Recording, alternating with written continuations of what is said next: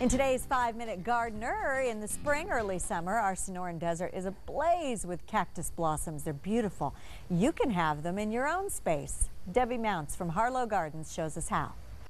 Our Sonoran Desert environment can often be so spectacular and so amazingly beautiful. Often people that come from back east don't realize or don't see the splendor of the desert. There's nothing quite like the bloom of a cactus. Even when you're looking at orchids or those kinds of things, the cactus are right in there with the best of them. And I have 3 different samples here of cacti. Unfortunately, they're not blooming, but in the studio I'm going to show you some blossom photos. Anyway, there's 3 different types of cacti here. And these are all in the Cirrus family or the Tricolobivia family. And Cirrus cactus is something we all hear about, the night blooming Cirrus, and they even have open houses out at Tohono Chul and places like that, celebrating the blooming of these cactus because they are so amazingly beautiful. Well, the thing about Cirrus is they do generally close up during the day. So they bloom at night and then they close up during the day. So you kind of miss some of the flowering on it. Well, this variety of cactus here, all of these are called Tricolobivia, and they actually will hold their bloom into the day, and sometimes they will even reopen that same bloom the following day, which is amazing. But this guy is called an Argentine giant, which gives you a flower, and I'm not kidding, that flower is this, it's white and it's this big around. These 2 are just labeled as Tricolobivia, and they will give you flowers ranging in color from white to yellow to soft apricot color to pink, and some of the Trichocereus are even brilliant red. It's just amazing how beautiful they are. And these guys can all take full sun. They only need to be watered once, maybe twice a week at the hottest part of the summer. I mean, they're tough, and they reward you at sometimes twice a year. At times they're with the most amazing flowers. People will stop and take pictures of your garden.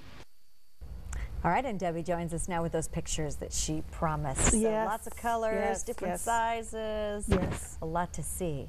Yes, I brought these in. These are actually photographs that we have taken over the last probably 5 or 6 years in the nursery. That's pretty. So all of these are from the same very cacti that I was showing you. And they come, like I say, from whites to pink to salmon. That one there is actually called Flying Saucer, because that is also a very large bloom. Up, huh? It opens up a little bit more, it'll flatten out more. But sometimes, like that day, you can see that the whole top of the cacti was absolutely covered in bloom. It's just amazing. We come in the morning, I mean, we're kind of jaded. We see this stuff all the time. You're spoiled. We are spoiled. And we come in the morning and you'll see all of us even hovering around the cacti because we were drawn to it. It's so amazing.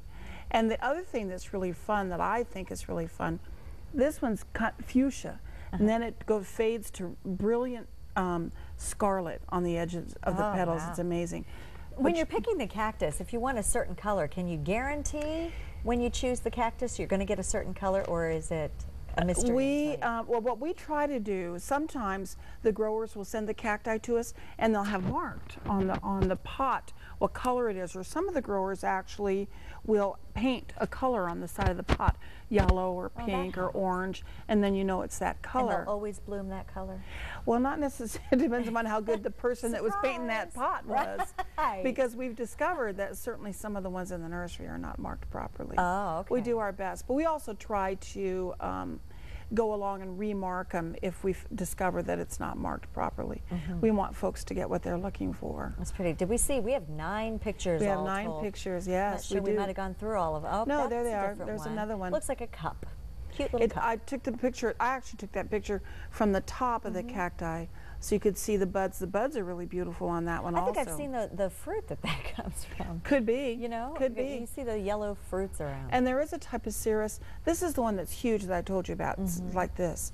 There is a type of Cirrus called Cirrus peruvianus, which also is called Peruvian apple cactus, which does indeed produce a fruit afterwards that is very sweet and very edible. Is that what they make the jellies Sometimes. with? Usually they use prickly pear for jellies. Okay. But they may make a Candy too. Probably.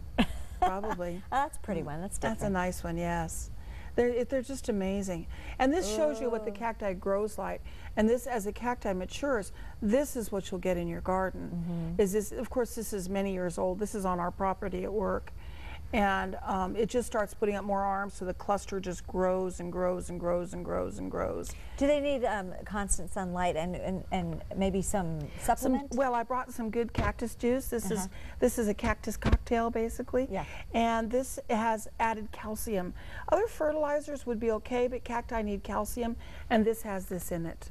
And So just do a couple people. times a year. People in cactus, we all need calcium. Yeah. Just a couple times. That's good. Yeah, but don't drink this. Please don't drink this. No, keep it out of the reach of children. Thank you, Debbie. once You're again welcome. for coming on as always.